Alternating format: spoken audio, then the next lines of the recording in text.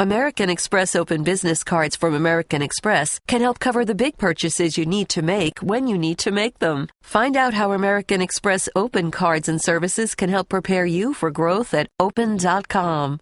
Hey, it's Matthew Barrett from the Fantasy Focus Football Podcast. Today on the show, Stefania Bell, Field Yates, and I talk about that crazy Monday Night Football game. How much can you trust Russell Wilson going forward? What happened to that running game? Plus, waiver wire pickups and all the injury updates you need. This is the Best of Mike and Mike podcast. Subscribe now by going to the Listen tab in the ESPN app. The Best of Mike and Mike. Election day comes and goes, Mike, as they always do. An historic result, surprising for many yesterday. And as we've been saying for 16 years on this show, on days like this one, if you are here with us on ESPN Radio, on ESPN2, we assume it is because you would like a break from all of that. There are certainly lots and lots of places this morning where they'll be doing all of that, all over your television and all over your radio. And obviously you and I have our thoughts as well, and those are things that we'll discuss in other places, because this is a place that we come every single morning, and we like to think you can depend on this being a place where the two of us will be arguing about the delightfully insignificant things that we talk about every day. Yeah, but listen, we have to fully recognize the significance of what happened last night, and we've been together a long time, and there aren't, I don't think, many things as significant as this election season was and the final results of this election, given what the polls had been saying, who was leading and who eventually, with Hillary Clinton was leading and Trump winning. So this is one of the more impactful things that has happened during our time. But you're right. If people are tuning in here, whether it be at radio or TV, you want to hear about sports a little bit. There's, as we said, and I watched a lot of it yesterday, as I'm sure a lot of people did, all the political stuff as the election was going on. But I guess the biggest thing would be, what a surprise for a lot of people if you were looking at national polls to what eventually did happen. That's correct. So, but again, we've got a lot going on in the world of sports, and if you would like a break from all the other things that are happening, we will try and be that for you here this morning, as we try to be every day, and we'll continue to. So let's go off the top here to get things started, Mike, and we'll start with your hometown Cleveland Cavaliers, who lose their first game of the season last night. They had won 11 straight over the Hawks, including the playoffs in the process. But last night for Cleveland, it was not to be. Yeah, the Cavs dropped now to 10-2 when LeBron, Kyrie, and Love all score 20 points, losing the first game since November of 2014 in that case. Listen, you knew it was going to happen. LeBron had an off shooting night, only had 2 of his 23. In the first half. Shooter and Bazemore went off for Atlanta, and that's where we're a lot of thought of Dwight Howard. Can Dwight Howard kind of be Dwight Howard in Atlanta without the huge expectations on him like there were when he was with the Lakers? Has that changed for him in Atlanta? I don't think the Hawks are going to be are going to push the Cavaliers for the top of the Eastern Conference, but certainly a good win for them last night. Well, and that's really one of the questions as the season gets rolling along is, can we identify anyone who's going to push the Cavaliers? If you'd like to see, and I love LeBron, and I would be very happy to see Cleveland back in the final, but I don't want it to just be a walkthrough. Is there a team out there? Who can we find? Will it be Toronto? Will it be Boston? Will it be the Pacers? A lot of people think maybe it'll be the Pacers. Gotten off to a bad start. I see Jeff George talking already about how they're in a bit of a malaise. Is there a team out there that we can find that will make it interesting as they go forward? We'll find out. Elsewhere, the Warriors, Mike, will host the Mavericks today in their first game since Steph Curry set the NBA record for threes in a game by knocking down 13 of them on Monday. Yeah, he needs 10 more to break the record for most three-pointers in consecutive games set by himself last season. That's why I said again. When he should just have all the three-point records, and then we don't have to worry about it. He does. I think that's where we are. This last one he got with a 13. Now he was tied with Donyell Marshall and Kobe. Now he has it to himself. So, as I said, I thought he already had it all by himself anyway. So nothing shocks me when it comes to the three-pointer. If there's ever a trivia question about a three-pointer in the NBA, my answer will be Steph Curry. and 99% of the time, I'll be right. And 99% of the time, so will everyone else. Off the top. James Harden has scored 30 points and had 10 assists in 4 straight games. Mikey is one behind Michael for the longest streak in the last 40 years. Yeah, play San Antonio tonight, 9:30 Eastern on ESPN. So we'll see where that goes. As I mentioned, D'Antoni, his coach had said he thought Harden could double his 7.5 assists. Talked about this a little bit yesterday. A lot of people kind of scoffed at that, but as I mentioned yesterday, he's leading the league with just under 13 assists per game. You know, a lot of people are wondering or saying, where does he fit into it so early? But when you project the MVP race, you know, LeBron, we know he sits for a while and saves up for the postseason, but we'll see what their record is. Russell Westbrook, I agree with you, is going to go off this year, but how often can he do that consistently and be the man? Kevin Durant has made it clear by his play. I'm not saying by his attitude, but by his play. He's the best player on that Golden State team, and you know they're most likely going to be the top seed, and if he's the best player on the best team, he'll have a good shot at it as well. So where does Harden fit in? I think will a lot depend on where that team is at the end of the year. I almost feel like when you play for Mike D'Antoni, your offensive numbers should be viewed the way we view the Colorado Rockies. Yeah. You're just going to have so many more offensive possessions. Your team is going to take so many more shots. So if you're one who's if you're playing, DraftKings fantasy basketball, taking a Houston Rocket is probably not a bad idea. Off the top. And then finally, the college football playoff rankings were released last night, and maybe the surprise, Mike, was that they were not surprising. That Washington just did slide at unbeaten into that 4 spot. I think we were all kind of looking for the knuckleball that the committee would throw at us because they seem to be fond of throwing knuckleballs. And last night, I think they threw a fastball right down the middle. Well, yeah. I mean, I think those saying, Ohio State's going to be number 4, well, let's remember, because we all knew Texas A&M was going to drop, the committee last week put Washington ahead of Ohio State. Yeah. So they just continued that this week. They both had blowout wins. Now, certainly Ohio State had it over a ranked team in Nebraska, but they both had blowout wins, and the committee basically kept them in that same order, just shifted them both up 1 spot. Yeah, I think what I meant by that was I think they have had a flair for the dramatic on that committee, and I don't have any issue. Well, let's make that off the top. And it's what everyone's talking about, which is brought to you by Uber. Get your side hustle on. Start driving with Uber, and you can earn extra cash whenever you want. Sign up today at uber.com/drive now. That's uber.com/drive now. And we both have been doing a bunch of interviews across the country to promote our winning word contest. And again, the winning word of the morning is coming up at 6:45 Eastern time this morning. So just about 40 minutes from now, we'll be giving you the word and the ways to enter, and you could win a trip with us to the national championship game. And so I was in this conversation yesterday talking about how the committee, the reality is, look, I like that they release these things every Tuesday night, but the reality is we know, they know, and everyone knows that they only release one set of rankings that matter. They can change their mind anytime they want. And as we've seen with what happened with TCU the first year of this thing, they don't have to stick to anything. So I was actually of the opinion that they would throw a curveball in there just for the sake of throwing a curveball in there. And that's the point I was trying to make. I have no problem with that. Give us something to talk about. Make it interesting, because the reality is all it is so much talk until the last one of these. They could completely rewrite these rankings the last week, and there'd be nothing anyone could do about it. Yeah, the bottom line is those top 6 teams all control their own destiny. Every single one of them.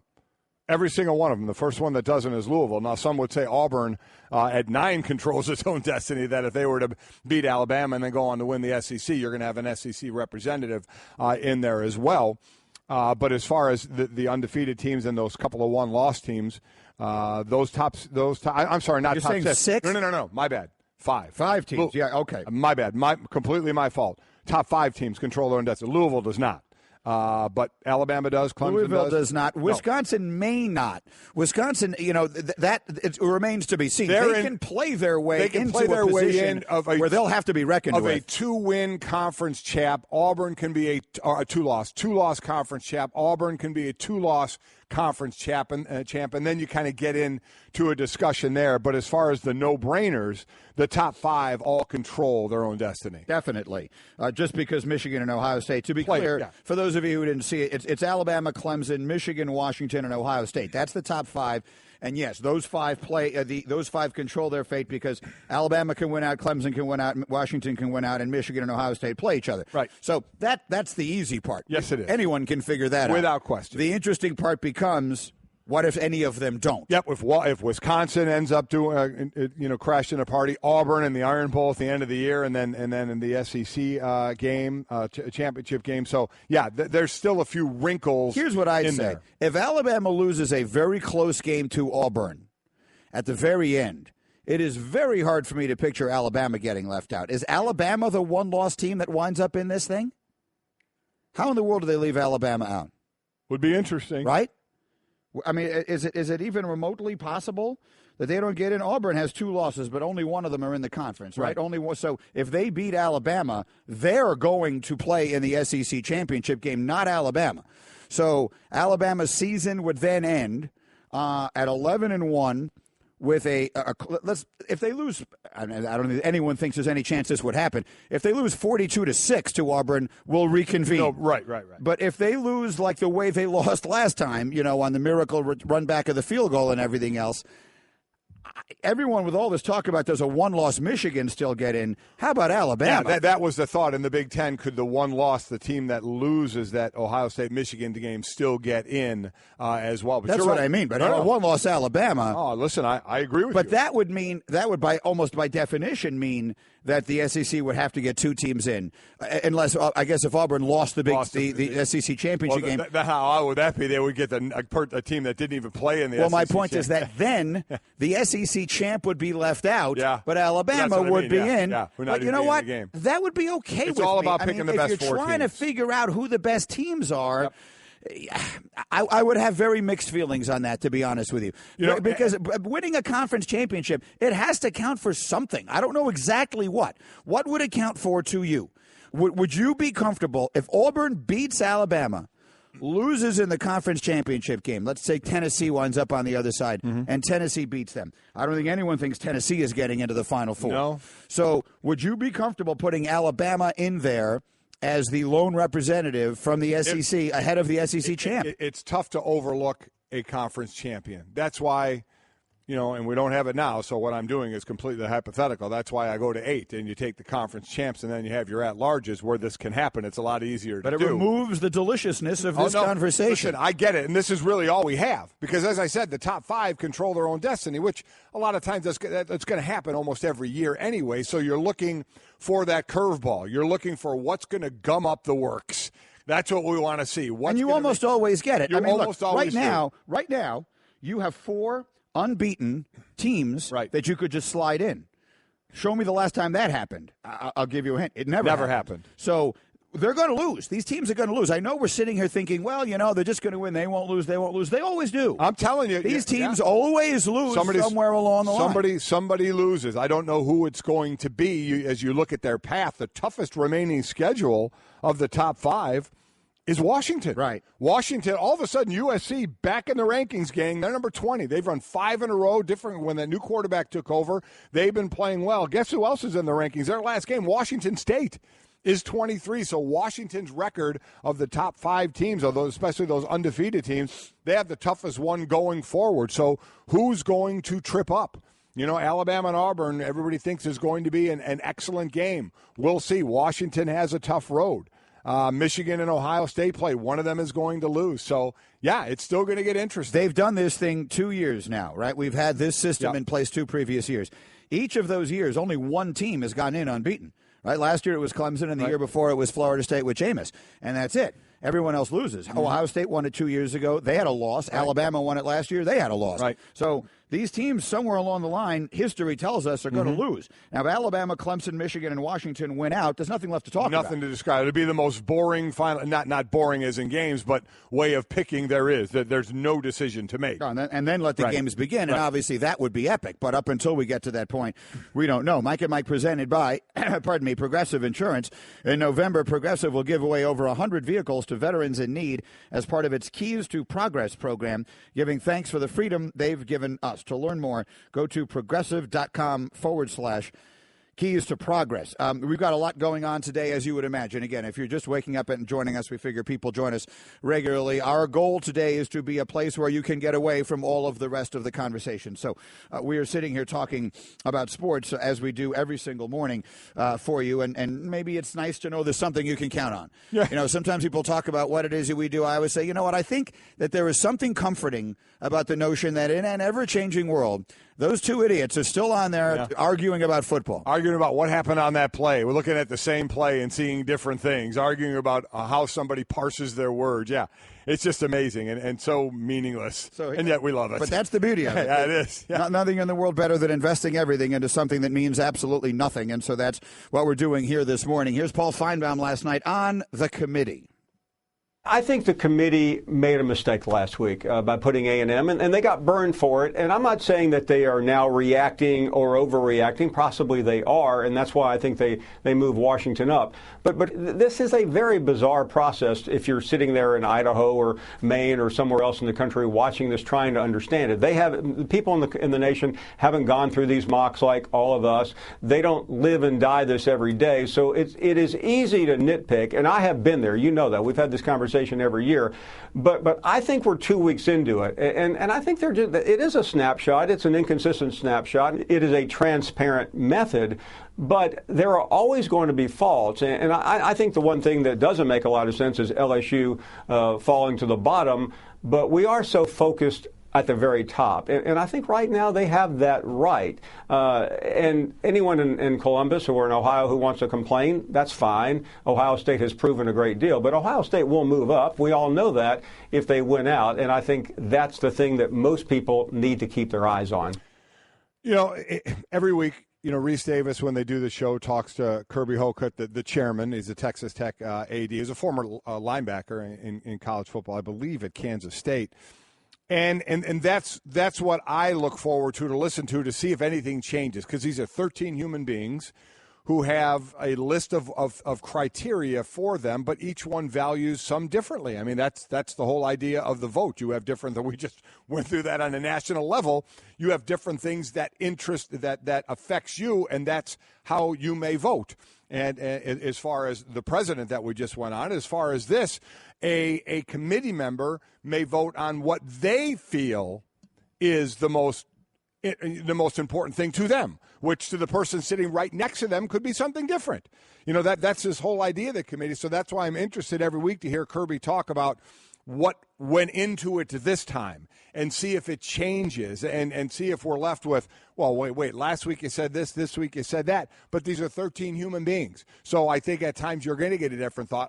I have said it, and I'd stay with it. The old BCS system with all the computers and the one human poll all going into a pot and coming out with 2 teams, then I would use it here and come out with 4 teams. I would use it here and come out with 6 teams, and I would use it here and come out with 8 teams when you eventually go to 6 teams and 8 teams, which I think you will. But right now we have the committee, so we'll talk about humans making decisions, and no 2 humans are alike. They're going to make their decision for different reasons. Right. I totally agree with you. As anyone who listens to the show knows, I hate the human element in anything in sports.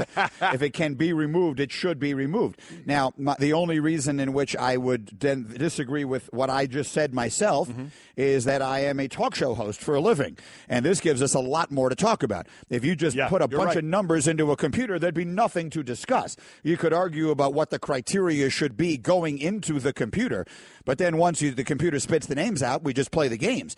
This way, there's a lot to talk about. Agreed. And as far as I'm concerned, purely selfishly, that's a good thing. Yeah. I got 4 hours to do today in the morning after the election. You better give me something to talk about. So I'm good with that. But the reality is, my honest opinion, it is a stupid and ridiculous way to decide who should win a championship. If you could find a computer that could decide figure skating, I'd be in favor of that. And the only reason that figure skating is determined by judges is no other way to do it. Right. And other Between things, that and gymnastics, yeah. Even boxing, I mean, to some degree, right? You got boxing judges and all of that, because if it's not a knockout, then someone has to decide who won and who lost. But it would be great if there was some better way of doing it, and it would be great if that existed here. I have an eventual question for you. You are a computers guy over the human element. And certainly when it comes to sports, okay. yes. I do have a question to ask you. Let's hear it. You want to save it? Are you teasing it? No, all right, I'll ask it. Go ahead. It's coming out big time now, the self-driving cars. Yeah. You up for that? Well, I mean, you up for the computer driving your car, not you? You hate the human element? Make the computer drive it, you just sit there? Yeah. No, thank you. No, thank you. No. What do you mean? I don't know enough about them. Once they have gotten to a point, I think they will eventually get to a point where it will be much safer to be in a machine-driven car than a human-driven car. Don't want it. I don't want it. I don't trust it, man. I don't trust it. I just don't. I'm watching the videos. You trust the computer less than you trust all the other individual human beings around you driving. Yes. Who could be in any condition, any state of mind, any level of intoxication. I trust myself holding the wheel of a car. That's you. I get you, but I'm talking about all the other people. I remember when I first learned how to drive, my best friend Simon, his father said something to us that I'll never forget. He said, just driving your car around by yourself, that's not the hard part of driving. No. It's all the other people you're you have to worry defensively about. all the time. Yeah. Yes. No, I don't want a computer driver. Listen, I'm going to have to see all kinds of data that says I'm watching we figured out a way to make this work. where the driver is in the back cab while this. Oh no, no! Either that, or it's going to take me a long, long time to get used to something like that. Well, we're going to need to see some numbers, but no, I would. Yes, I actually think that could wind up being a great thing. I think we should get to a point where eventually machines can do everything for us, and I can just stay home and rest. The best of Mike and Mike. One of the things that we can be for you here, again, is a place to be entertained, a place to be a little bit informed about things that are fun. As Craig Sager said in his speech at the ESPYs, you live a life filled with fun. Right. And sports are meant to be fun. Sometimes we get boggled up in the less fun parts of them. We do. But let's try and celebrate some of the fun parts. And then sometimes we have fun talking about sports and or what we like for breakfast, which is a good thing. And we'll get back to those. We're going to get back to that. Right now we have someone with us who, again, made that speech and who has been inspiring so many of us for many years. A Northwestern guy who has been, and as I mentioned, omnipresent on the sports scene for a long time, and his new book is available. It is called Living Out Loud, Sports, Cancer, and the Things Worth Fighting For. It's on sale now, and the author is our friend Craig Sager. Good morning, Craig. How are you feeling this morning? Well, I didn't get a lot of sleep last night. Woke up. All of a sudden, I felt like I dreamed that Donald Trump won the election. It suddenly comes to me that it wasn't a dream. No, it was not. Wow. It was actually compelling television, to be honest with you. Just to have such an upset and such a monumental breakthrough or decision in our political system, to watch history being made. I mean, it was a lot of lessons could be learned from that election and from everything that went through. I mean, I just think that perhaps he outworked her at the end there the last couple of weeks, and he's going to 6 states a day, and she kind of figured she had it won, but it was something else, and I don't know how you guys get up this early every day, but congratulations. Well, thank you, and obviously we're very much looking forward to reading the book, and so many people who have been watching you for so many years have been so inspired by the enthusiasm, the positivity that you have shown through this time, where obviously so many people would have approached it differently. Where does that come from, Craig? Where have you found that ability to maintain this extraordinarily enthusiastic positivity that you've radiated, it seems, from the very beginning of this? Well, that's something that I really didn't know too much about when we started writing the book, why I am like I am. To me, that's the way everybody should live. You should be positive, you should be optimistic, and I never wanted to be associated with those people who weren't. And through writing the book and going through, answering questions from Brian Curtis about, why I'm a certain way and stuff like that. Whatever I came down to was that my mom was a very optimistic person. She tried everything. My dad made some comment one time about her smarts, and so she went out and started taking flying lessons and learned how to pilot an airplane. Took it out and flew over Florida, came back, put it away, and never flew again, but just proved her point to my dad.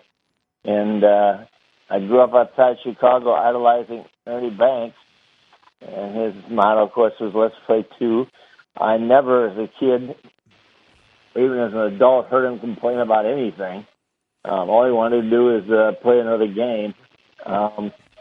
He was my idol and kind of I molded my attitude after.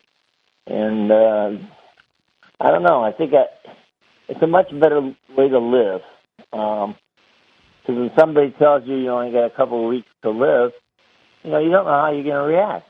I mean, are you going to, just say, okay, that's it? You take your life savings and you go on a, worldwide vacation, you spend it all, and you get ready to say goodbye, or you're not going to beat this thing. And I took the latter approach, and it's really helped me through everything I've gone through. And I have gone through a lot. And once I found out that, my story and my journey has impacted people, which, I can't deny. When you're walking down the street and people come up to you and, say you're inspirational, or you're going to the hospital lobby and they come up and say, we're here because we heard your story and you're here and we want to go to the best place where you were. It's pretty impactful. And if telling my story helps just a few folks looking for some raw deal we call cancer, and it's going to be worth it. It has been incredible how you have helped people, and when you open up in a book, there's obviously that side of it, and then there's another side as well. What was the hardest thing for you to open up about and write in this book? Well, I think it was in the beginning doing the book. I didn't want to live through it. People had talked to me before about writing a book, and I said no. I said, when this is over, it's over. I don't want to rehash everything because it has been painful. It has been stressful. It's been a burden. I wouldn't wish it on anybody or anybody's family. And so I've been, basically pushing back. But when Brian came to us and approached us with a different idea, and he wanted to get Craig Jr. involved, and had a chance for him to go further with his career and his writing, I saw a great opportunity for Craig to do that. And also when you're in the hospital for 85 straight days, like I was, over 12 weeks, you get tired of looking at four walls. And I wanted to be productive. And so once we got started and started, writing about Batavia, where I grew up, and started writing about my family and my kids and all, that part was much easier. And I had written the speech for the ESPY first, and that was really difficult. I started writing that during the playoffs, and I'd be in an airplane going from one city to the next, and I'd start writing that speech, and right in the middle of the flight, I'd be by myself in a chair, and I'd start crying. And oh, God, I can't do this. I can't get up on that stage and, start bawling. I got to change my approach. And so I tried to be more optimistic. And I think once we got going, then it kind of made it, a lot easier. But I think the beginning part was something that was quite difficult. And then you had to figure out how to start the book. And I said, normally when I talk about the leukemia, I mention, going from locker room to locker room and during that series. And all of a sudden running into a brick wall and not feeling like my body was attached. And I said, I really don't want to begin the book like that. That's negative, and that's not me. So I think June 1st, when I threw out the first pitch at the Cubs game, that was like one of the greatest days of my life. I had everybody there, all 5 kids, a lot of other relatives, Northwestern fraternity buddies, friends from Batavia, friends from Georgia. I had like 46 people, I think, that came with me. And that was just a great, great, great day. And the Cubs won, and so I think I'll start with the Cubs. And so fortunately for me, it turned out that because we went to print before the playoffs, and the Cubs did a great job and, obviously won it all. So that made the decision look that much better. So it was a few tough things. I don't think I could have done it, without Ryan steering me and putting me in the right direction and trying to put some semblance or putting this crossword puzzle together with my son-in-law and how to put his thoughts in. So once you get going, then it was not easy because there's a lot of, long hours and a lot of different things you have to talk about. But that was the hardest part, I think, just getting started. And the Cubs give you a World Series championship to celebrate and pay off that $1,000 bet that you've been making every year going back for such a long time. We know that you have to run. The book is called Living Out Loud, Sports, Cancer, and the Things Worth Fighting For. The author is our friend and the inspiration, Craig Sager. And, Craig, we're very much looking forward to speaking to you again down the road real soon. Thanks so much, and best of luck with the book. Thanks, Craig. Hey, Greenie. Yeah. That was 7-1 odds in the Bahamas. When your medical practice is growing fast and you have more patients than you have room for, you need to start, making some room. Which means all of a sudden, you're looking to buy new exam tables and stools, x-ray machines, and microscopes quickly. Business cards from American Express Open can give you buying power to help cover the big purchases you need to make when you need to make them. Find out how American Express cards and services can help prepare you for growth at open.com. Paul Finebaum joins us on the Shell Pennzoil Performance Line. And before we get specific, let's start general. Paul, do you believe the obvious choices were the right choices? Did the committee put the right 4 teams in the top 4 slots yesterday? I thought they were obvious, not obvious. But first of all, I learned something today. I've lived in Alabama too long not to learn. I need to listen to you guys on diction. I thought they got it right, Greenie. I tell you what I didn't like. I was on the show last night, and as Reese was asking me a question, reacting to Kirby Hocutt, I had one eye on Wolf Blitzer about to call Indiana, and I think of all the things that they have done wrong, it was having the selection reveal on Tuesday night opposite the election. This is a once in every 4-year event in our country, and as for someone who loves college football, who thinks it's the lifeblood of sports fans in many regions of the country, I thought it was a major distraction, and I'm glad we're talking about it today. But I thought it could have been held some other time. Maybe it was an ESPN decision. I really don't know, but I thought it was a big, big mistake. Back to your question before I give my campaign speech. I think everything worked out pretty well. Some argued Ohio State had a better schedule, a better strength of schedule, more wins against top 15, top 20. All of that is fine, but to me, Washington was undefeated. And I believe they should have been number 4, and I'm glad they were. Yeah, a different sort of polling that was maybe a little more important last night that was going on. I'm with you. So as you look at this, Paul, and it's really easy to look at now. The winners keep winning. They stay in. But the chance of us having 4 undefeated is probably not going to be.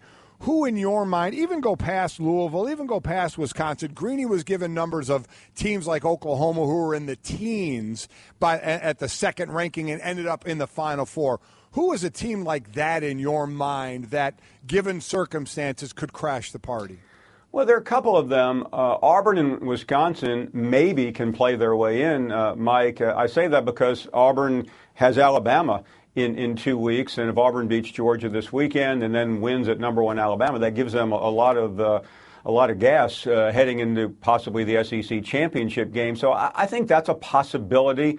And then you get into the debate. Would you take a 2-loss Auburn team over a one-loss Alabama team, even though Auburn presumably would be the conference champion. Wisconsin's a little more problematic. I don't know if they can leap over enough schools, but that's where I would go. I still think Louisville, I heard you guys talking to Herbie earlier, I think there's someone to keep their eye on. I don't think Bob Petrino really did anything to help his cause this week by whining about things that he could have controlled, like beating Clemson as opposed to losing to Clemson, maybe looking better against UVA and Duke.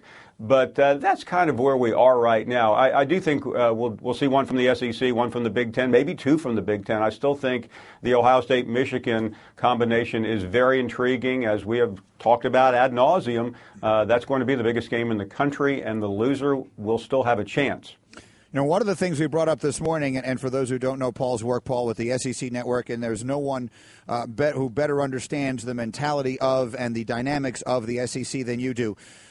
If Alabama loses to Auburn, which I don't think any of us expect to happen, but who the heck knows? If they lose to Auburn, unless I'm missing something, they're not going to get into the SEC championship game, right? They won't even play in that. Is there any way in the world a one-loss Alabama, if they lose a close game there, doesn't wind up in the Final Four? Considering that punditry has had its worst week in American history, I hate to make too bold of a statement here, Greeny, but I think there is on the other side, though, Paul. No one will remember. Okay, you're right. Point, no one will remember you got this call wrong. This is a good time to go for broke. Yeah. I think they still could. And I know that sounds crazy, and I hate to bring up history that precedents, because one thing doesn't necessarily equate the other, but it's worth remembering. 2011, I know Les Miles doesn't want to hear this, but Alabama didn't win its own division and played for the national championship and won in that famous rematch with LSU. I think it's more unlikely because of this committee, but Alabama, if it loses a last-second field, let's say we have another kick six, something unbelievable, right? And they lose on a play like that. Is that less than Ohio State losing on a blocked field goal at Penn State 6 weeks earlier? I mean, you have to take a hard look at that. Here's the thing, and I'm not even making an argument one way or the other. All this stuff has to get played out. But if the committee's job is to put the four best teams in, and if anyone you ask right now, Mike, I'll ask you, if anyone you ask says, well, Alabama is the best team, right? If you don't have four unbeatens, I have it almost impossible to imagine that if there is a one-loss team that gets in, it isn't going to be them. Yeah, listen, I understand that, but we know, Paul, how it works. Lose early is way better than losing late. You know, that's one of the last things a committee member, a human being, sees is you losing late, and that sometimes can be your downfall. Well, there's one other possibility here, just to make this confusing. Auburn could then go to the SEC championship against a three-loss Tennessee or maybe a three-loss Florida team, and should it lose, then it opens the door back for Alabama. So, I mean, there are a lot of possibilities. There's many paths to 270. Oh, actually, I'm sorry, I'm on the wrong channel now. Well done, well done. Hey, let me... You know, I break it down and look at it. I loved the Alabama-LSU game. You know, there was a lot of talk about should we love a game like that, but we hate a 55-50 game in the Big 12. We talked about that. Sure. I loved it. I certainly break down those defenses, especially Alabama's defense. But just being involved in the SEC so long that you've been, Paul, just the talk of just how good this, in great teams that Nick Saban has had, just how maybe even above – even better this defense is than some of the great teams and other defenses they've had. Yeah, I go back 5 or 6 years and didn't think I would ever see a better defense than that 1-11 and 12, Mike. And you know, you just look at the NFL rosters today and you see players from that team all over the place. Alabama lost a 9-6 game in overtime to LSU in that famous 2011 season. This defense, to me, is better. They're leaner, they're faster. Reuben Foster, the linebacker on Alabama, may be the best player on the team, and his name is not immediately recognizable to some people who don't follow sports, college football that closely. I mean, they shut down Leonard Fournette, who many said on Friday was the best player in college football. 2 consecutive years, 31 yards last year, 35 yards this year. And think about this from a defensive standpoint, Mike. In the fourth quarter, when the game was on the line, when the season was on the line, Alabama's time of possession was 13 minutes and 25 seconds. And that's with an offense that many of our friends and colleagues are criticizing and saying the SEC is not putting on a very good look. Two of the best games I've ever seen in this league was a game in 2011, which was 9-6, and this game, which was 10-0. I don't know. I'd much rather watch that than what we saw a couple of weeks ago with Oklahoma. I think it was Texas Tech. It was 62-55 or whatever. It looked like a flag football game. The best of Mike and Mike. So I want to dive into this Alabama question. And let's make this Straight Talk. It's brought to you by Straight Talk Wireless because Hembo just sent me a great note. Best phones, best networks, half the cost. You just brought up the notion of getting in and when you lose mattering. Mm-hmm. Alabama, I just brought up the possibility. If Alabama loses to Auburn, which will be the last week of the regular season, the rivalry weekend, and they wind up with one loss, there's almost no scenario at that point. Let me rephrase that. There is no scenario at that point where you will have 4 unbeaten conference champions. Right. None. There's no scenario where it could happen. Mm-hmm. So is there any way in the world Alabama gets left out? Well, if history is our guide, the answer is yes. The latest that a team has reached the college football playoff losing, meaning the latest loss any of those teams had, was Michigan State last year at Nebraska, November 7th. That was Week 10. Week 10 was the week that just happened. Right. So what history tells us is that no team that loses from now forward gets in. Wouldn't Alabama buck that trend, Mike? If that's Alabama's only loss, now I grant you, if it's 35-5, we'll have a different discussion. But if they lose a really close game, if it is a respectable loss, how in the world are they? If your job is to put in the 4 best teams, listen, do they leave them out? There's 2 teams. There could be Alabama in that position, and the loser of Michigan and Ohio State could be in that position. Well, Ohio State, that would have to be Michigan. I'm sorry, would have because to be Ohio Michigan. State would then have 2 losses. You're right. It would be Michigan. So Michigan would be in that boat as well if it was a close game and they didn't get. Could you see them putting a 1-loss Michigan non-conference champ in ahead of a 1-loss Alabama non-conference champ? No. Me neither. That's my point. No. I'm trying to find 4 teams. Are they going to put Louisville ahead of them? My point is if Alabama wins out, and Michigan could be that team then, that loses after this date and is in. That's my point. Michigan's loss would be to Ohio State. They would then not play for the Big Ten title. You're correct. That would be another one that could buck that trend. Yes. But specifically for the purpose of Alabama, we're talking about a dynasty, right? Yes. We're talking about the Nick Saban dynasty, which is something unlike anything we've seen in the sport in recent memory. And because the way the sport has always been contested, we've practically never seen anything like this. I mean, you got to go back to Switzer and Oklahoma, maybe a little brief period of Bobby Bowden at Florida State. There just hasn't been that many times where you've seen teams win championships in this concentrated a period. Yeah. If Alabama loses that last game, I'm going to make the prediction right now that unless it is a one-sided game, they get in. We will see. And again, the trend we're talking about bucking is all of 2 years old. So it's not like it's a long history of don't lose after week 10 or you'll never get in. And it will probably never have happened during BCS. Right? During the BCS era, I'm guessing that this never happened, that no team lost after week 10 and wound up in the BCS championship game. Yep. That's a guess. We could probably look it up, but that's putting that aside. So if you're Louisville, you have a lot of things you have to root for. I think one of them is Alabama winning out. Oh, absolutely. If Alabama winds up with 1 loss, they're getting in anyway. And that could sort of upset the apple cart because that could open the door to when Auburn wind up getting in. Does Wisconsin get in? If Wisconsin gets in, what if Michigan wins out? They beat Ohio State, and then they lose a close game to Wisconsin in the Big Ten championship game. Does Michigan get in? I don't think so. But that's the fun of this. That will be fun for some until you're the team that's left out. They would wind up losing. They would wind up having 1 loss to a team that they also beat during the season. Exactly right. That's the beauty of this thing. There is still a lot to be decided. I will read you the number again. 2 of the teams that made it last year were at this point in the process, after week 2 of the rankings, sitting at number 12 and number 13. That was Oklahoma and Michigan State. They got in. The year before, Ohio State, at this point in the process, was sitting at number 14. They got in. So we may think it's really easy to figure out all the things that are going to happen, but the reality is we don't know. That's why I brought up 2 teams like Colorado and Utah. If they were to beat Washington in the Pac-12 championship game, and those teams have 2 losses, but they would be a conference champ, what would that do? I'm saying that because Colorado is 12 and Utah is 15, and we've seen it, as you said, again, not a huge sampling, just 2 years, but teams coming from the teens and making it into the Final Four. Let's just pretty much. Do you feel safe in saying we will not have 4 undefeateds? Yes. Okay, me too. Something will happen along the way, and we will not have 4 undefeated. Yep. On the latest episode of the Bill Barnwell Show, I talked to Daniel Adler about Week 9 of the NFL season. You can check out the show on iTunes or by going to the ESPN app on your phone. Todd McShay is in studio with the Straight Talk, brought to you by Straight Talk Wireless. Best phones, best networks, half the cost. I fell in love with Zeke Elliott last year, and so far I look like I was right.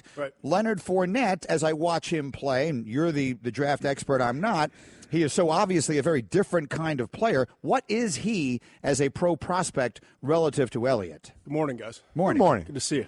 I think he's a better pure runner. I think he brings more to the table in terms of size, power. He has that second gear, and he's really quick on his feet for a back with that size. Now, I think Zeke was more complete in terms of the passing game, and even as a run blocker, which you don't do much in the pros, but I think he was the best run blocking tailback I've ever evaluated. And that translates to his pass protection, and he catches the ball well. I thought that was underrated with Zeke coming out. I think Leonard Fournette does an okay job catching the football. They just don't feature him as much. So that's an area he's going to have to work on in terms of getting reps in practice and improving that area. But I think talent-wise, Fournette has a little bit more ability and maybe the best. More ability. Maybe the most talented pure runner, just with the ball in his hand on carries. Agree with that we've seen completely. Maybe since Adrian Peterson. So is he a top 5 pick? I think Elliott went 4. I think potentially, depending on teams drafting that high. And it's not just having a need at running back. It's having a commitment to running the football. And that's what Dallas had with that offensive line. And so that's what made it a possibility for Dallas to make that decision to take a running back over some great defensive players at that number 4 have spot. to be a threat to catch the ball, though, in this NFL of today. And so they have to do that more with him going to the next level. And we know a draft is a lot of times built around a quarterback. Right now, your top 5 quarterbacks, the top-rated one, none of them are in the 90s. Right. The top-rated is 88, and we know the names of Deshaun Watson and Deshaun Kaiser and Brad Kaya. Introduce the nation, if they don't know, to Mitch Trubisky, the quarterback from North Carolina, who I'm sure if you're a college football fan, you know the guy, but if not, you're like, wait, who? What? Well, I had to introduce myself to him, watching tape this past 2 weeks just to get caught up. He's played in almost, I think it was 19 games coming in, but basically all mop-up duty is redshirt freshman and sophomore years. This is his first year as a full-time starter. We're talking about 9 starts. And the offense he plays in is a little bit of that zone read and a lot of quick looks and screens and different things. But he does make some down-the-field throws and intermediate throws, and he's very accurate. He's mobile. He looks the part. Good athlete, 6'3", 220. Yeah, right. He's got all the things you look for. I just worry.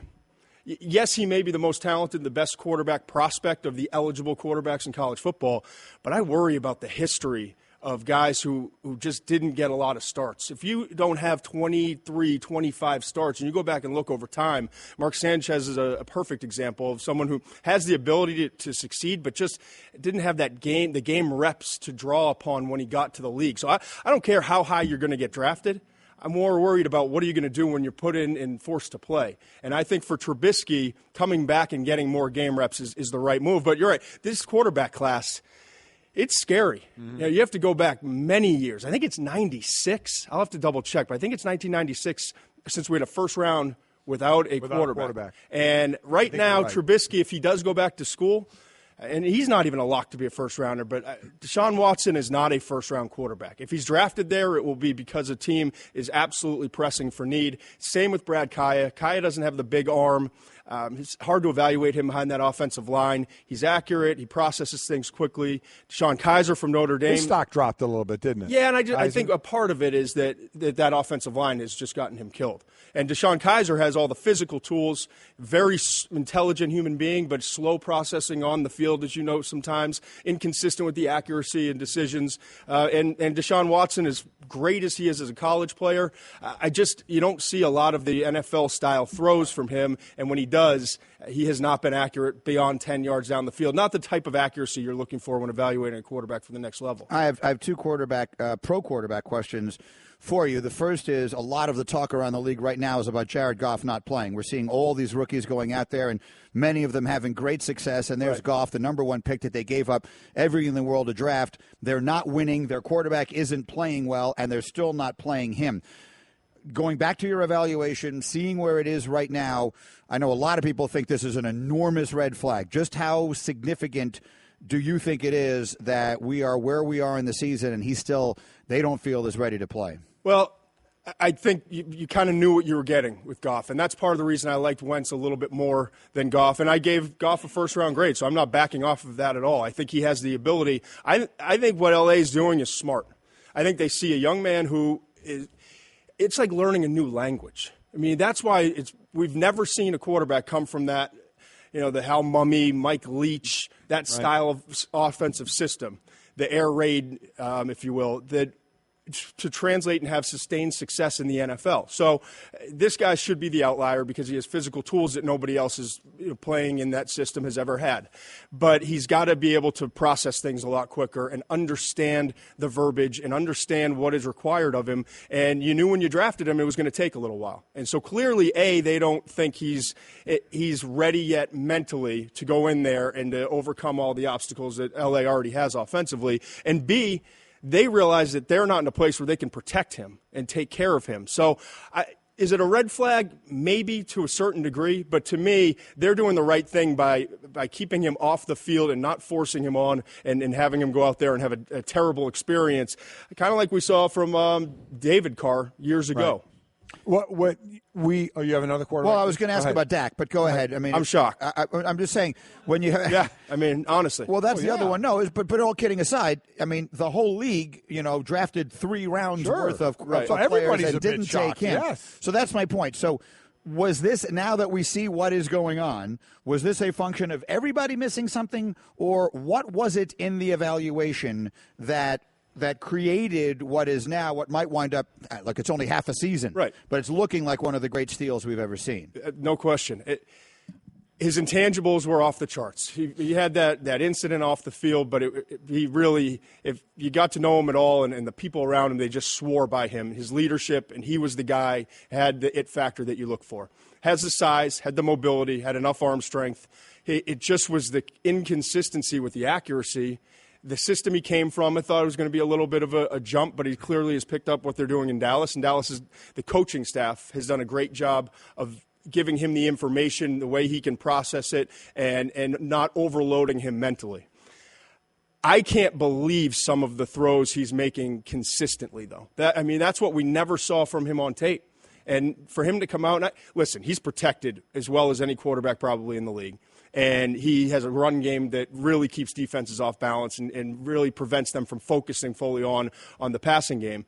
But when they need it, a high percentage of the time he's making these throws down the field, again, that we didn't see consistently on tape. So he's been the biggest surprise to me so far of this NFL season. It's not even close. So looking ahead to potential of the draft, it's not going to be a quarterback 1-2 this year. Right. That's just not going to happen. So, and I know Fournette is your number one player, but a running back is not going number one in the draft either. I would find that hard to believe. Right. So you start to look. Is it Myles Garrett? I mean, this kid, 6'5", the length he has turning the corner. Yeah. Is it? I don't even think who's a Cam Robinson, who's your top offensive tackle. But I don't think he's up there to be a number one pick. No. I mean, so where else do you go outside of that pass rusher? Sometimes you go corner, but Jabril Peppers is a safety, so I doubt that. So I'm just trying to think. That top of the draft, it almost looks like Myles Garrett. You Jonathan Allen. Jonathan Allen's another who's up there. At D tackle, but that edge rusher, a lot of people don't want to turn that down. Do you see him as a guy that could be that first pick? I think he easily could be because he has the versatility to be a 4-3 defensive end or 3-4 outside linebacker. Right. And he's just at a different level. Yeah. I mean, you meet with him and just see how big he carries 260-something like it's 220. Yep. And athletic, and he's gotten stronger. He bulked up to actually 270, I think is what he bulked up to, and hasn't lost any speed and is stronger versus the run. But it's a defensive-heavy draft again. I know the TV executives love it. There's no quarterbacks in the first round, a couple running backs. Mike Williams from Clemson is a good receiver. I think he has got a chance to be maybe a top 10, top 15 pick, but wide receivers not overly deep. But you look at Myles Garrett, as you mentioned, Jonathan Allen, defensive lineman from Alabama, Jabril Peppers from Michigan's a safety, outside backer, probably going to be more that nickel guy. Right. And then Reuben Foster from Alabama, the linebacker. Yeah. Jamal Adams is another safety from LSU. Not looking at that sexy draft with the quarter, especially the quarterback. 7 of the top 10 right now, for me at least, are defensive players. Yeah. How about this Alabama D?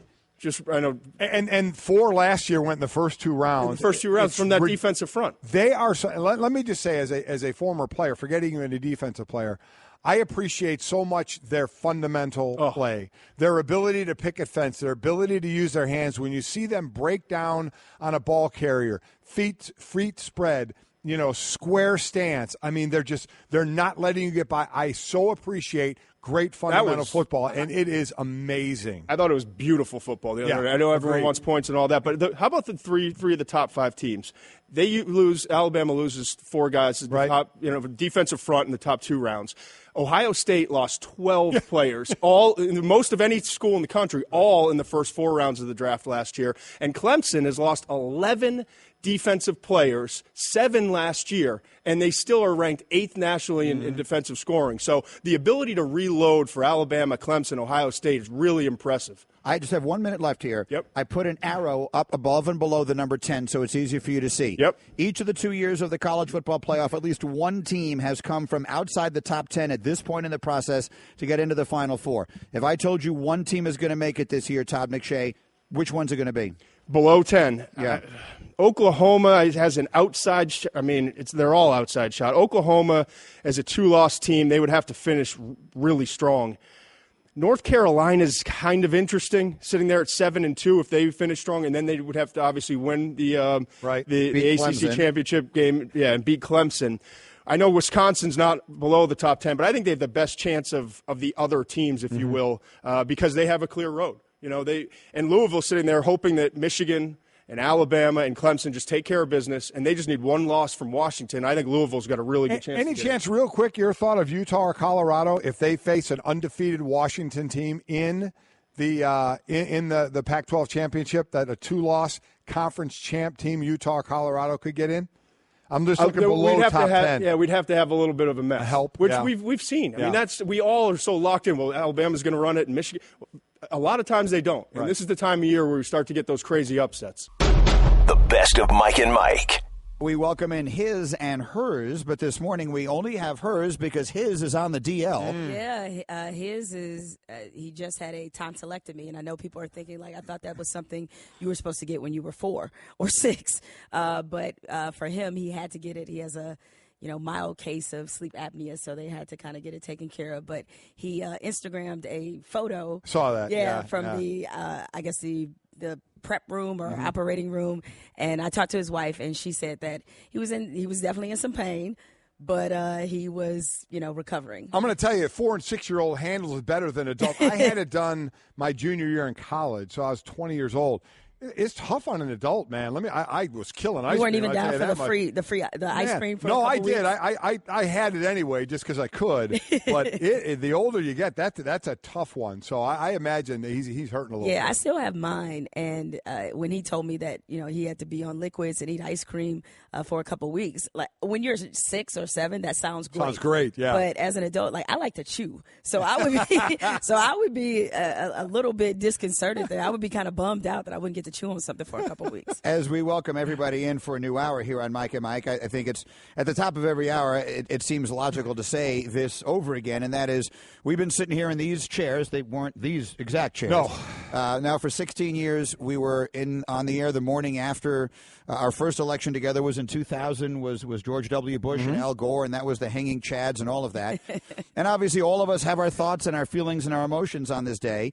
And the assumption that we make is 2 things.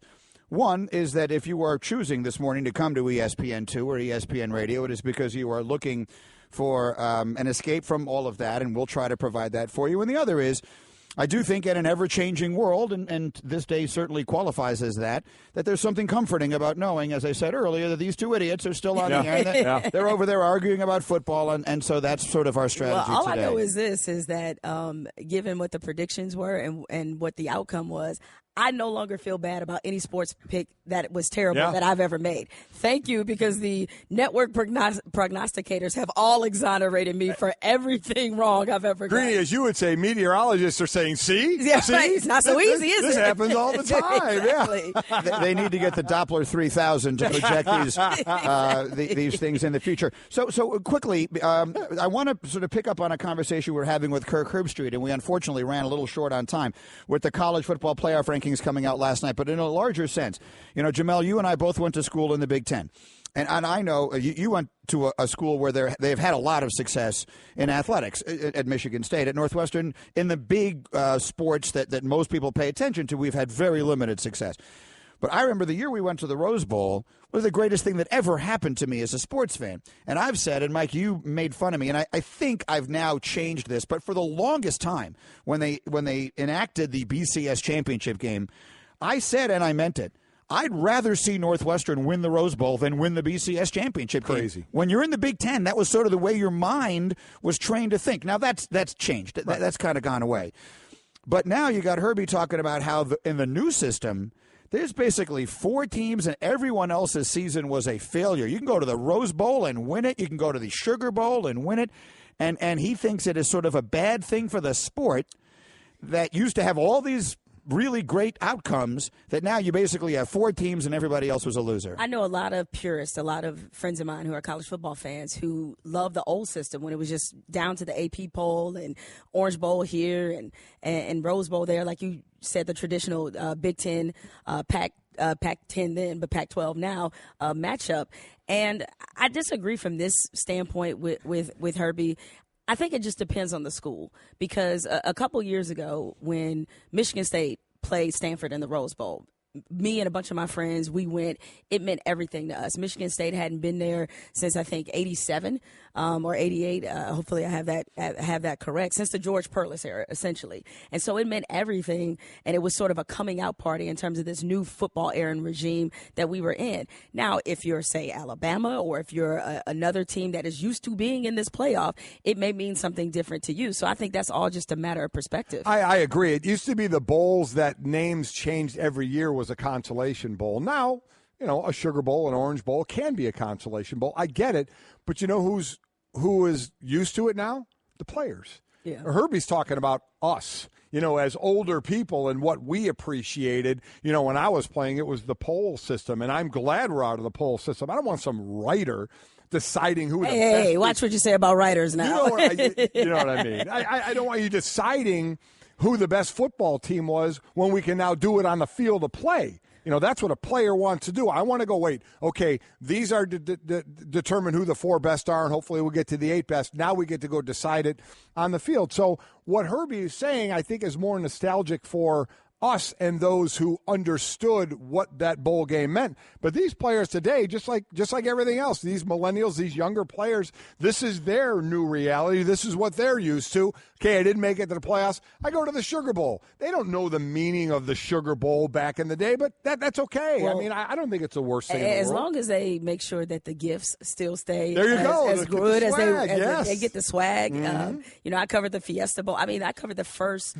probably 5 or 6 BCS title games. And I think for any school to go to, for most players, I think they do see a bowl game as a reward. Now, as I said, if you're a top-tier program that's used to being at a certain status and you wind up going to a lesser bowl than you're used to, when I lived in Orlando and Florida played in the Citrus Bowl, they just treated it as a depressing moment. Like, right. Oh, my God, I can't believe we're in the Citrus Bowl.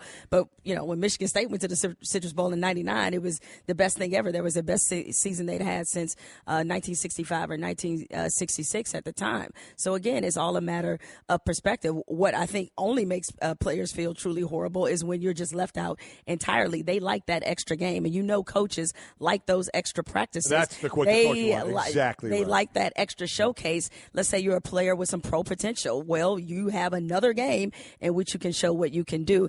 Look at a team like Western Michigan. good win last night. They're obviously in the ranking. They're in the 20s. I think that's a little too low, but they're 21. They're 21, right? Okay, you can't tell me if a team like that is able to somehow move up if things work the way they work in another X amount of weeks, and they wind up getting in one of these bowls. There's still a prestigious bowl, but outside of the playoff, that program is going to be hype. It is, and that's what they're playing for. The group of 5 they're Correct. playing for. They're one in front of Boise State. Right now, who's sitting there at 8-1. But yeah, the top ranked of that group of 5 gets that big bowl game, and you're right, it's monstrous for their program. Huge for that program. I want to go back to what you said before. So you did not like a system or don't like a system where a bunch of writers who have no vested interest in the outcome get to choose the teams. No. But a system where there are 13 people, many of whom do have a vested interest in the outcome, get to choose the 4 teams. That works better for you. What have I said? I said I want the old BCS. I want the computers. That's what I want. I said I didn't like this. I don't like the humans doing this. No, I like the BCS system. Kick out my 4 teams. BCS system. Kick out my 6. Kick out my 8 teams. That's what I would like. I do too. I'm all in favor. As I've said. Okay, let me ask you this, because Golic brought it up to me. And what the heck? We can talk about whatever we want today. Sure, we can. How do you feel, Jamel, about cars that drive themselves? So this is the big new thing that's coming. Tesla, right? Well, no. They do it, but no, not where you're sitting behind the wheel and you can do it. There are right now there are truckers that they're testing these 18-wheelers where the driver is actually getting up and going behind in the cab where they hang out, and that truck is just driving. You look in there, and there's nobody in the driver's seat. And that's the future. There are a lot of people anyway. I shouldn't say that the future like I know it. Yeah. What I'm told, what I've heard is that is going to be part of the future, is driverless cars. Golic does not like that idea. I love that idea. No, I don't like that idea at all. Look, Greedy, it starts today with Teslas. Okay, we have robots and automated things that do things for us. Next thing you know, we're being replaced. See, that's why you got to cut this off now. So when they have a little robot host on Mike and Mike, all right, when it's all fun and games till you're replaced, till you're out of a job. When they just have somebody here saying, "Take me to your leader," it's all fun and games, then, right? So we got to cut this off. And how about when the computers start to think for themselves? How about when that happens? How about I saw that? War Games. I know that's an outdated reference to many of you young cats, but still, I saw War Games. No, man, we got to cut this off right now. That I believe is a pre-Ferris Bueller Matthew Broderick. Yes, it is. But I don't want to replace everything, and I understand that there will be major human ramifications of that, right? There are, I don't know how many millions of people are employed as taxi drivers and Uber drivers and truck drivers and bus drivers and all of that. But the flip side of it, I guess, is this will only happen if they can figure out a way to make it so that it is actually safer for everyone. The data will demonstrate that it is safer for everyone because, by definition, there won't be drunk drivers on the road. There won't be people driving around in a really bad mood. So what I'm trying to lead back to saying, let me inartfully come all the way back around to saying is, if we can get humans out of this process entirely of selecting college football teams, I would be totally in favor of it. Every part of me would be, except for the talk show host in me, because they give us something to argue about, and the computers don't leave any room for that. Well, I was going to say that, look, I railed on these rankings being released every week. And yet I found myself, like a lot of people, sucked in week to week, arguing and debating about, let's be honest, things that 7-8 weeks from now aren't even going to be relevant and they won't matter. But that is what college football managed to do. I used to give the NFL all the credit in the world for this. They managed to be a story every day in the offseason for some kind of reason.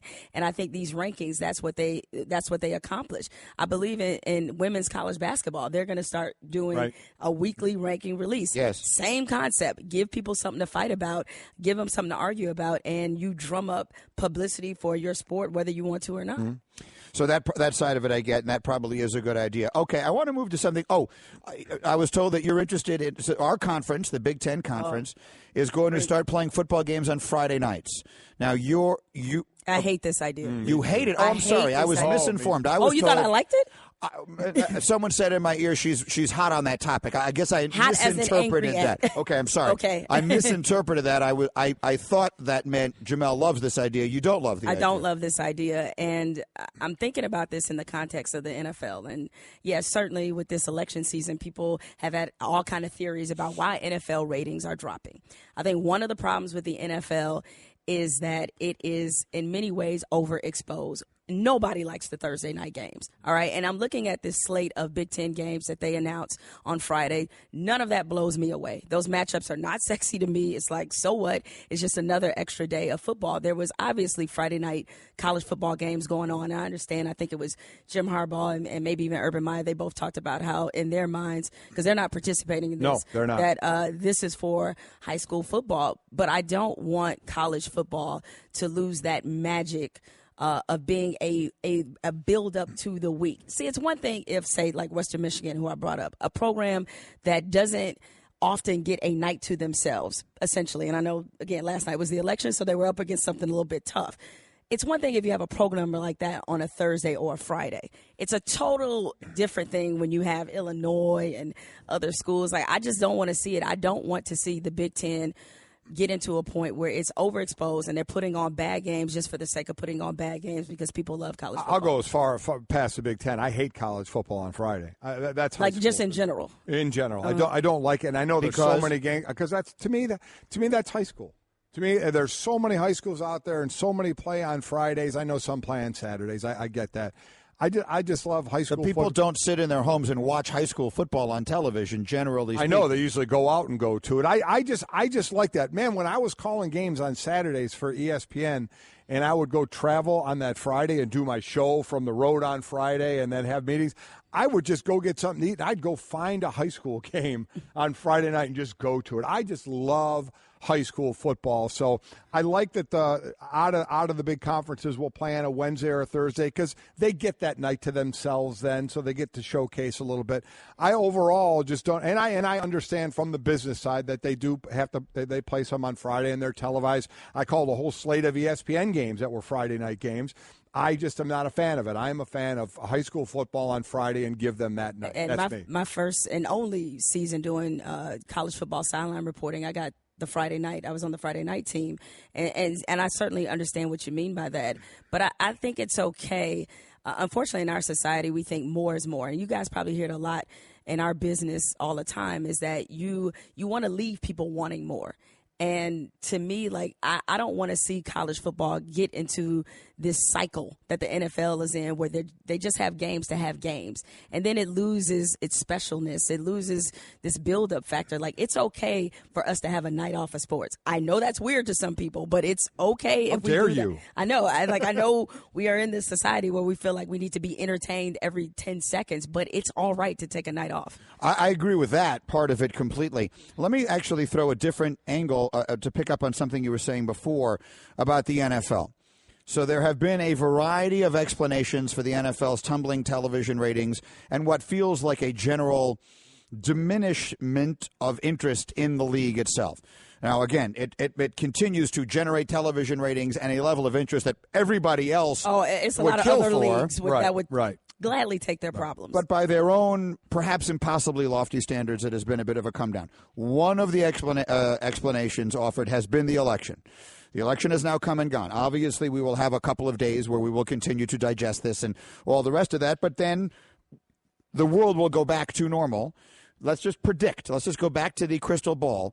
Will NFL ratings start moving back towards what we have been accustomed to seeing now that you do not have cable news shows arguing about stuff that everyone is interested in every night and all that sort of thing? Will that wind up having been one of the really major factors? I think it is a factor. I don't think it's the factor. And I think we will see the ratings rise incrementally, but I don't believe they will go back to that level that we are used to the NFL having in terms of just even with the worst game being able to generate a lot of interest. I think the league has some deeper problems. Number one, and Drew Brees, I think, talked about it either yesterday or the day before.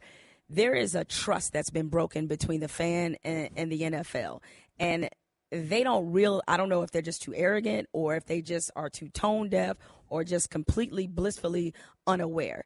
But what happened with the Bills-Seahawks game and the officiating mistakes, I think if you ask the average fan, they think that there is a level of incompetence with how the games are conducted.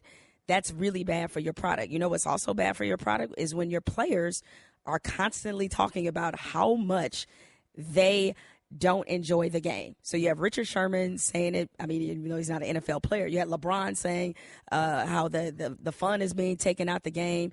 And there's clearly a trust broken between the players in the league. And I think the fans are picking up on that. They're taking those cues. Yeah, and I disagree a bit. I don't think fans care that the players in the league don't get around. What do they care? I think the fans have lost trust in the league. I think that's a bigger issue. Yes, I think whether it's letting players celebrate, whether it's incompetence of officials. But you don't think it plants a seed? Like when you hear Richard Sherman say that the league isn't fun anymore, you don't think that plants a seed to the fan? To me, I don't think the fan cares whether Richard Sherman gets along with Roger Goodell. I don't think he cares. I think the fan cares about when I sit down on my chair or my couch, what product am I seeing? Am I seeing a product where they don't let the players have any fun? Am I seeing a product where after every play I'm looking for a flag? Am I seeing a product where I don't like the way maybe the league is inconsistent in their punishment of players? That's what I as a fan, that's what I could care less that a millionaire doesn't like a billionaire. I think I'm just speaking as a fan. I don't know if they care as much about that or just I'm with you. I think the league has been invincible for years, and now I think they have to start kind of listening to the fans a little bit and listening to what they're screaming about a bit.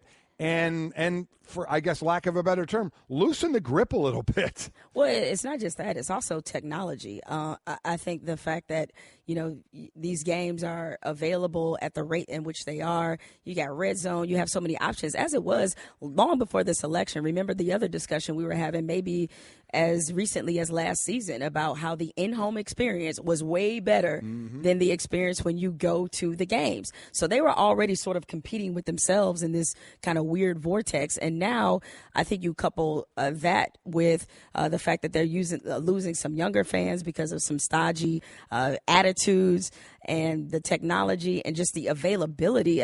Again, when you saturate the product and you make people not feel like it's special anymore, then it's going to lose some of its luster. There are a lot of issues to be dealt with on that, and we'll certainly talk about it as we go forward. Jamel, you guys going to the college football championship game this year? We are not, but I think you guys are going, right? And you got a posse coming with you. And we got two other people who are coming with us. Okay. One of them is named Dave. He's in Duluth, Minnesota. Another is Tyler from Loveland, Ohio. They are the most recent winners of the Mike and Mike sweepstakes, which is brought to you by our friends at AutoZone. And you can be next. In fact, Jamel, I'm going to give you the word, and I'm going to give you the two ways to enter. Okay. And if you enter both of these ways, maybe you and Mike can win this contest, and then you come with us. I just assumed I was eliminated from this, but as an employee. No, you're in. We'll let you in. Okay, but you tell me if you have a problem with this, okay?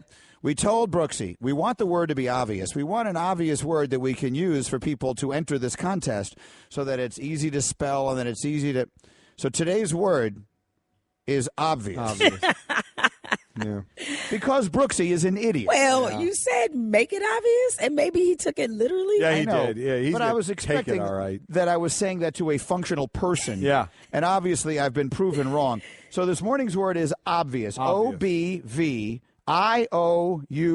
Are you worried they can't spell it? Yes, I'm very worried about that. Very, very worried. And I'm telling you right now, if you take that word off the screen and ask Golic to spell it, he'd get it wrong. It seems obvious, but... It's not obvious. But it's not. Do you transpose the O and the U? That's what you do. Well, to me, we had the whole I before E thing. Now we have the I-O before U, except after V. So, I mean, I'm all confused. Holy goodness. It's a whole other rule that Golic has just created. Yes, it was not in my Warrener's textbook back when I was in 10th grade English. One way or another, the word is obvious, and all kidding aside, these are the two ways you can enter. Do both so you can double your chances of winning this fabulous trip with us to the college football title game. And this is the important thing, because if you enter any other way but these two ways, you will not be officially entered. So please text the word obvious to 777-000 or enter online at Mike's Road to the CFP.com. Again, you text the word to 777-000 or enter online at Mike's Road to the CFP.com. That's it. Enter today both ways, and you could be on your way with us. Jamel, thank you so much. Who's his on hers today? Oh, I have two hises. I have Howard Bryant and Reese And Reese Waters is going to that. Yeah, you fill in the slot of Michael. It takes a lot to fill the shoes of Michael Smith, and if he's listening, I hope you get well. Yeah, and enjoy the ice cream. Lucky man, only in that regard, because that's a tough one. Red Hot USC heads to Seattle to face 5th-ranked Washington. 72 yards, the big play strike. Coverage begins Saturday at 7 Eastern on ESPN Radio and the ESPN app.